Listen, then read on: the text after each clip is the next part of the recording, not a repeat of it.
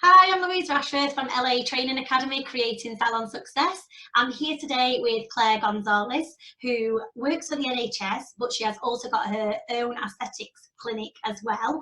She has got a wealth of experience within the NHS, 30 years experience. She's a nurse practitioner. She is qualified in infection control. So anyway, I could talk about what she does for ages. However, I'm going to let her introduce herself. So if you could just tell us a little bit more about yourself, Clare, and what it is exactly that you do. Thank you, Louisa. Hi, everybody. So, as Louisa said, I'm Clare. I have worked in the NHS for 30 years. We've just added up now, and that's ridiculous. Ridiculous. I feel really old now. Yeah, it makes me feel old. So I've worked, my background predominantly is accident and emergency department, and I grew through the ranks there. Obviously preparing for major incidents and things, but I don't think any of us ever thought that we would come into contact with what we're dealing with at the moment. And as you say, I've got my own business as well, Gravity Aesthetics, which and probably like a lot of people on your group at the moment has had to close for face-to-face. Yeah. So it's trying to work through and do everything to the best guidance and knowledge that you can get from out there. So thanks for having me. No problem. Thank you for coming on and sharing your wealth of information. So Clare has been so kind to come on and speak to us today about, well, one, obviously how you are actually managing, balancing your NHS and a business in itself, which I know is closed, but that's a juggle in itself, isn't it? But thank you for saying that you've come on and share the knowledge that you've got about infection control and about, well, one, how we're dealing with this crisis, and also just some things that we can put in place maybe for when we are prepping to reopen, which I know we've got no idea when that's going to happen at the minute, but we are all busy planning and prepping, and we're sort of all on the edge of our seats, aren't we, waiting for this date. So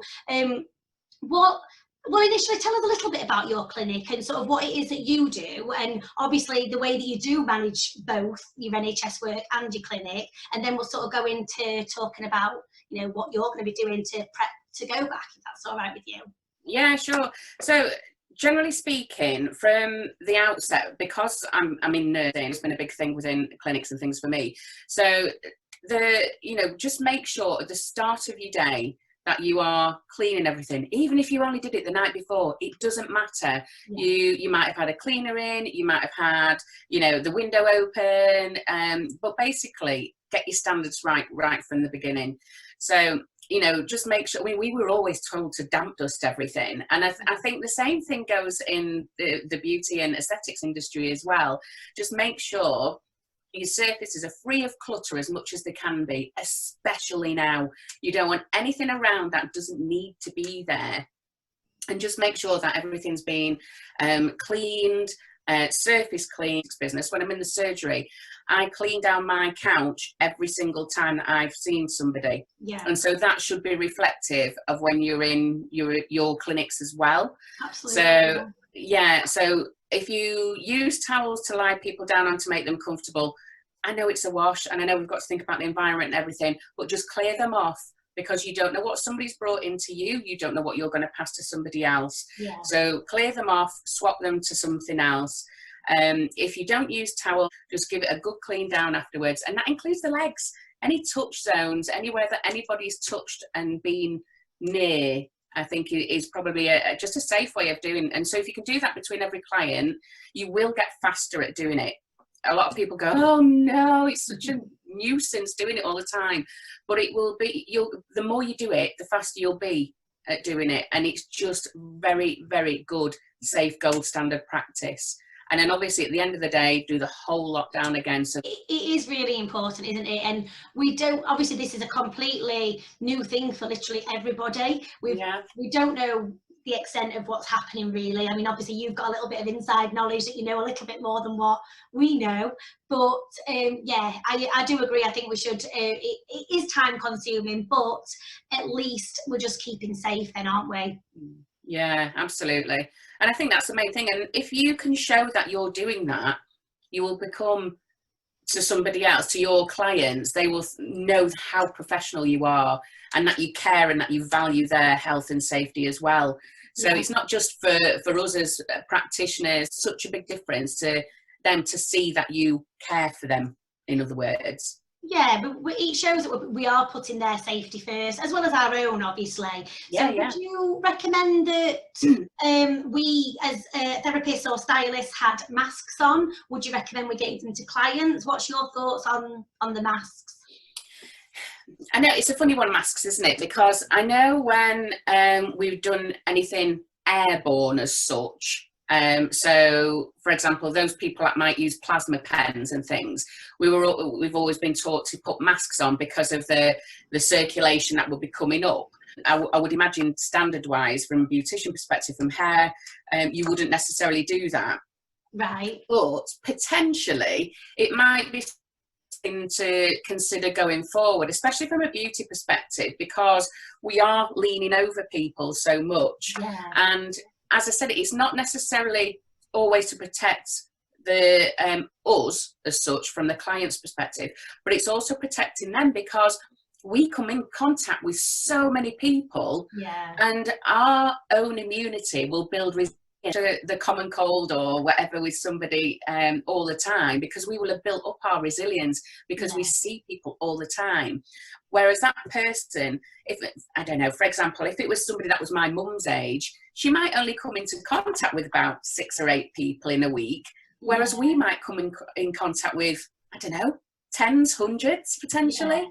So it's protecting them as well. So from a mask perspective, it's a consideration that I wouldn't necessarily poo-poo. And I think from my side of things now, I think I possibly will do it from an aesthetics opinion. I might actually start wearing a mask a little bit more often. So the only thing is with them, you steam up your glasses. The other thing with masks are, there's a lot of evidence out there as to whether masks are any good or whether they're not. Currently, you'll see different people with different types of masks. There are lots of different types of masks, and they all have specific reasons of use. Right. And some masks will be good for just a few minutes. Some masks will be good for, I don't know, maybe half an hour, an hour. It depends what you're looking into. But a standard mask that you can just generally buy is more kind of just a general protection from you passing things to others. Right. Not always the other way round. So sometimes in clinics and things, you might put something on yourself, but you might not need to put something on your client. But currently, sort of like walking around, if you're with people, if you're going to the supermarket and you're seeing people with the masks on, you know, I've not got a problem with that. I think it's purely up to the person. There's a lot of evidence about that say that masks do help, and given certain situations, it would depend on what mask you would want to use. So for example, in surgery, I would just use one of the standard masks if I was bringing somebody in for minimal contact as such. So I'm only with them maybe 20 minutes or something like that. And I would get them to put on a mask as well. So we're not potentially passing things to each other. Right. But in an accident emergency example, coming in contact with many more people, so what they call the viral load is going to be higher, so they will get more people in more contact, so they need better equipment. So that's the difference as to what certain masks are good for and things. Wow. Basically. That's very technical. You just, you know. I hope I've not confused everybody. Oh no, I think it's really valuable information, because you just think, oh, I'll just buy those masks, and I don't know, if you see some for a tenner or you see something for £20, you think, oh, I'll just get the tenner, because we don't know the difference. I think that's really important. I think generally, if we were going to buy masks as people that don't necessarily know loads and loads and loads about intensive cares and all that sort of stuff, I think if we were just going to buy them, the sort of masks that they do sell with our suppliers, they will be sufficient for the minimal contact that we would have for people currently. Okay. How I would have to probably look into it more in regards to if it was a treatment for an hour or something like that. I wouldn't know without going into it all. It's certainly, I'm not an expert on it. I just know what I know. Yeah, no, that's absolutely fine. We appreciate you sharing. But if somebody did want to contact you, just for clarification, would you be happy for them just to pop you a message on Facebook or something? Of course, we're all in it together, aren't we? You know, Yeah. we're all scared. We're all wanting to make sure that we're safe and our families are safe, but also that our clients are safe and feel safe. Yeah. So yeah, absolutely. And I think, you know, the main things are with anything to do with infection control. Wash your hands before you start anything. If you want between people. So when you see people going around in gloves and going and doing lots and lots of different things with different people and door to doors and things like that, they're still spreading that. I often think that when I see people with the gloves, I think, do they take them off when they, you know, I don't know, say you've been shopping and you've had your gloves on. Surely you should take those gloves off and chuck them in the bin before you then start on something else. Otherwise, you might be protecting your own hands, but you're still taking the germ with you, aren't you? Yes, yeah, exactly that. Exactly that. And even if I've worn gloves, I would always take them off and wash my hands straight afterwards as well, just to make sure. So yeah, so if you are going from, so in the future, whenever it is that we know that we can go back, and if you decide to wear gloves, I mean, some treatments you won't need to wear stuff like to wear gloves, and that's absolutely fine. Just wash your hands before and wash your hands straight afterwards. Which, to be fair, is what we should do anyway. And most of us probably do, but I suppose this kind of thing just makes you a little bit more conscious of doing it and stuff. And you might have a standard, but it doesn't necessarily mean your staff do. Yes. So it's just making sure that you put that across, that this is what we do now. Yeah. And I think probably this sort of thing that's going on at the moment is making us all have the time to reflect. Absolutely, and work out, is there something better I can be doing? Is there something different than I can be doing? And yeah, if you do wear gloves, definitely, I change mine. If I was at work, I would change mine between every patient and wash my hands as well. And as you say, lots of people would do that anyway. And it's really important, I think, to make sure as well that our clients see us doing that, you know, and you know, just as this situation was building up, I started working my business from home. Okay. And before I knew a lockdown was going to come. But before, told you inside knowledge there. but before it happened, and as soon as I realised that this was becoming a pandemic, I hope you don't mind, but when you come in, I'm going to be asking you to wash your hands first. Yeah. I'm going to do the same. And then before we go, you can wash your hands, and I'll give you some alcohol gel to go out with as well. So, you know, it's just making sure that they know that you're looking after them as well as us looking after ourselves and feel safe in our own places. Yeah, it is important, isn't it? Would you say, because I know when this all started, I was having the antibacterials outside my treatment rooms to make sure as soon as we left that treatment room, we were kind of both, you know, client and myself, doing, you know, the antibac gel. And obviously, I've seen all those things on Facebook where, you know, the example of, I don't know, was it a slice of bread or something with antibacterial gel, and then washing your hands and the way that it spreads and stuff.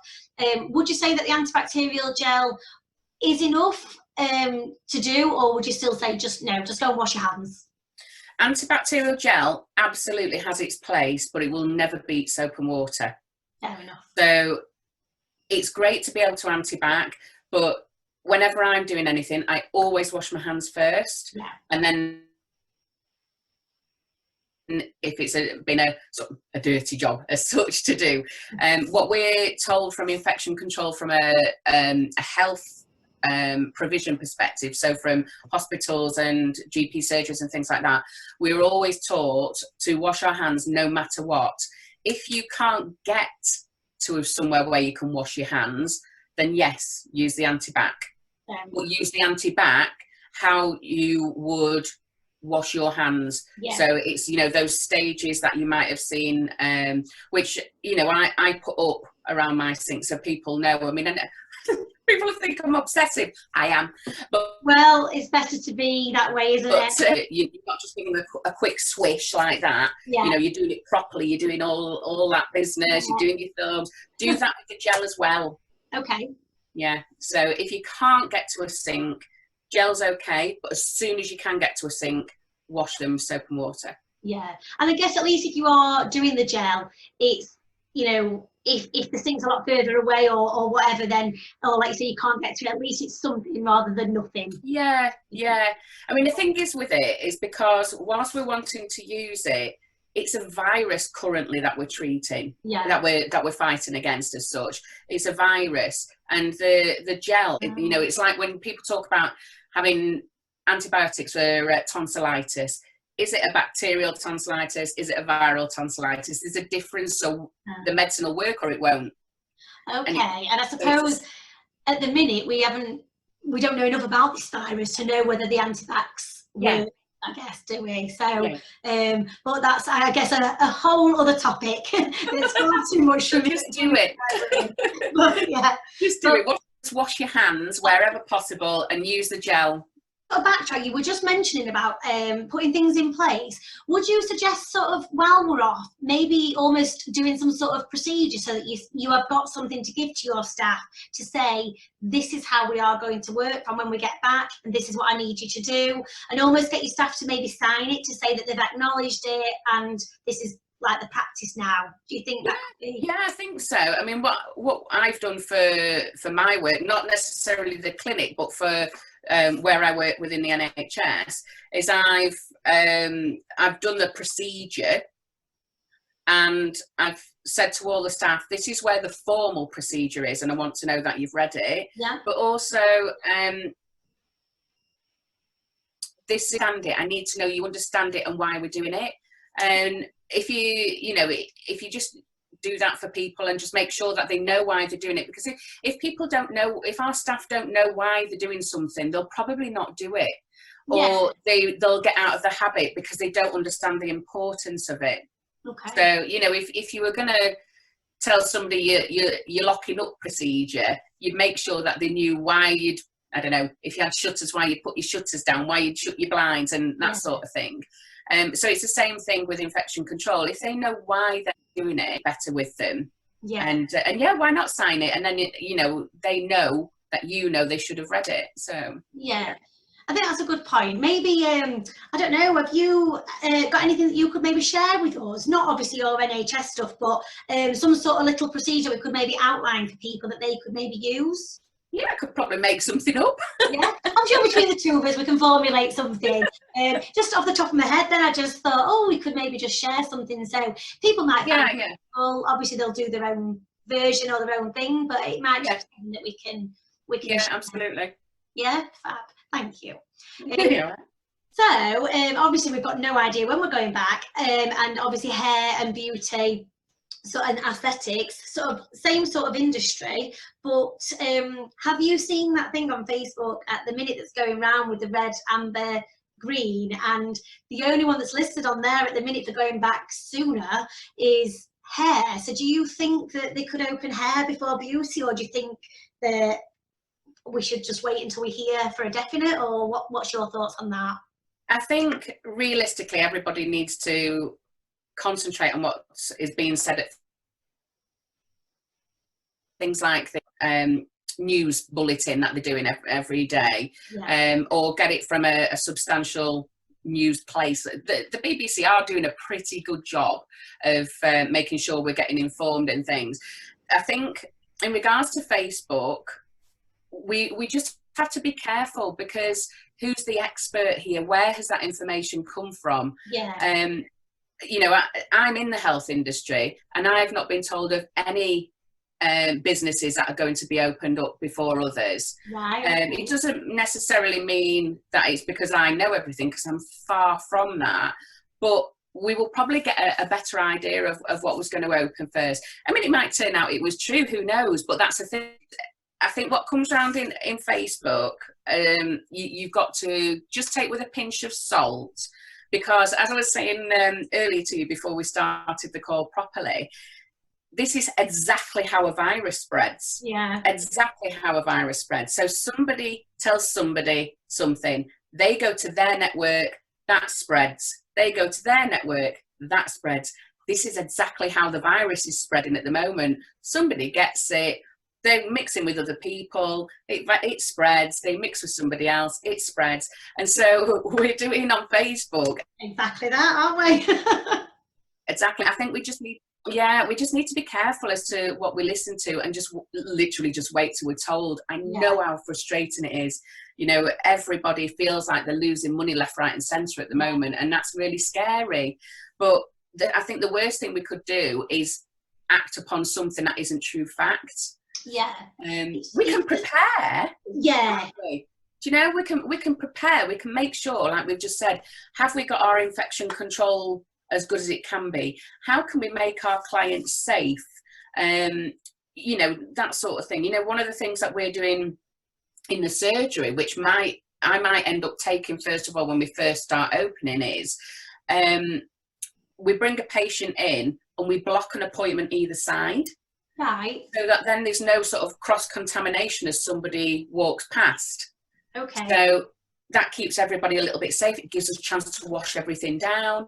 And I then was wondering that if there was something that you think that might be wise, having like one client at a time, whereas, you know, normally, especially in hair, we'd have like one in one chair, colours on another chair, you know, sorting the colour out while one develops. And same in beauty, if you've got more than one treatment room, you could be having one person in there, and there's a lot of people going off in the salon at the same time, isn't there? So maybe that could be something that we'd have to put in place just to be aware of that. It might just be, something just to have an idea of, because I mean, it might not work for people. That it, you know, depends on how your salon works, doesn't it, as to whether that's possible or not. You know, time efficient, money efficient, things like that. An idea. It's not based on fact. I don't know whether that will happen, whether they'll say just open, or whether they'll say open but only for certain people. We don't know that yet, but you could have your potential plans ready, so that then when they say go, you can go, we're on it, we're ready.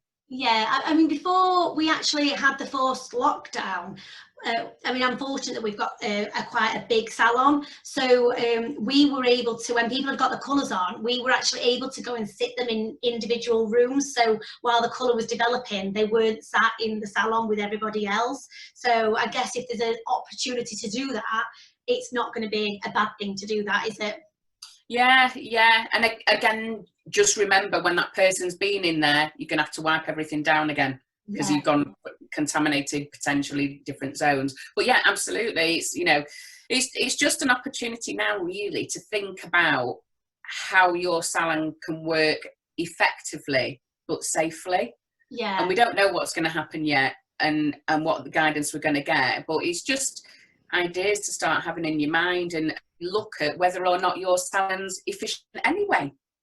I think a lot of people are taking this time to reevaluate a lot of things that they do in the salon, things that they maybe have decided they don't want to do anymore in the salon. So I think it's an opportunity to, you know, well, reassess everything, reevaluate, but definitely get some procedures for this in place, because I think one of the worst things is the not knowing. So as soon as we do know, we want to get straight back in there and start earning some money, don't we? Absolutely. And I think, you know, as you're saying, like from policies and procedures and things, it'll probably be good to have these things if ever something like this happens again. It might not necessarily be a pandemic, but it might be a safety issue. You know, have you got a lockdown policy? You know, is there a way of making sure that your staff are safe? Is there a way of making sure your clients are safe? You know, there's lots of things that can come from this, from having a business unit as such, isn't there? And I think to start, if you've got the opportunity now, you might think it's dull doing the admin side of it, but if you can get your policies and procedures in place now, it will definitely guide you and help you should an event occur. Well, it's not like we've got, I know a lot of people are working on their business online and they're doing a lot of things, but we have got a little bit more time than we normally do. So it's an opportunity to do put these in place, I think. So why not? Homeschooling. Oh, yeah, of course. You've got the kids at home, so you now teacher as well as nurse as well as aesthetician. I can say that word, but oh bless you. I was thinking from the policies and procedures, just think if you've got children, they're having to be homeschooled, maybe you can show that you're doing your homework as well. Absolutely, yeah, yeah. Oh, I'm speaking to so many people that are trying to balance everything, and with the kids as well. I can imagine it's. I mean, I haven't got kids, but yeah, it must be so hard. That's another battle to face, I guess. Yeah. So along with the pandemic. So Interesting. Just see it as another interesting turn. absolutely, absolutely. But I think it's showing how capable we all actually are. You know, we're all a bit feeling rubbish about things, and obviously the unknown. And this is, you know, it's not a nice situation to be in. But I think everyone's handling it really, really well. To be fair, I think the kids definitely are in general. I mean, yeah, they'll all miss their friends and things, but for the fact that they've just adapted like that, yeah. just amazing. I was speaking to someone the other day, and I thought, do you know what? We could learn a lot from these kids, couldn't we? You know, the adults are all like, "Wow, what am I going to do?" And the kids are like, "It's cool." Like, yeah, whatever. yeah, definitely. So, oh, thank you so much, Claire. I think we've got some really, really valuable information. Have you got any tips that you just want to leave us with, just to recap anything? I think the main thing is, don't listen to rumours, because we just don't know. Yeah. Just have in your mind what you're going to do differently when you open back up again. Don't just open up because they've said it. How can you keep yourselves, your family, your staff, if you have staff, and your clients safe?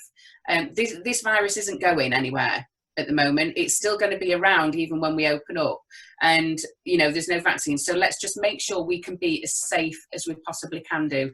Clean everything down, really make sure above clients, and wherever you've touched, remember moving your hair, putting your glasses on, you've contaminated. So just make sure that hand washing is absolutely key, and just look after yourselves. Stay safe. Hashtag stay safe.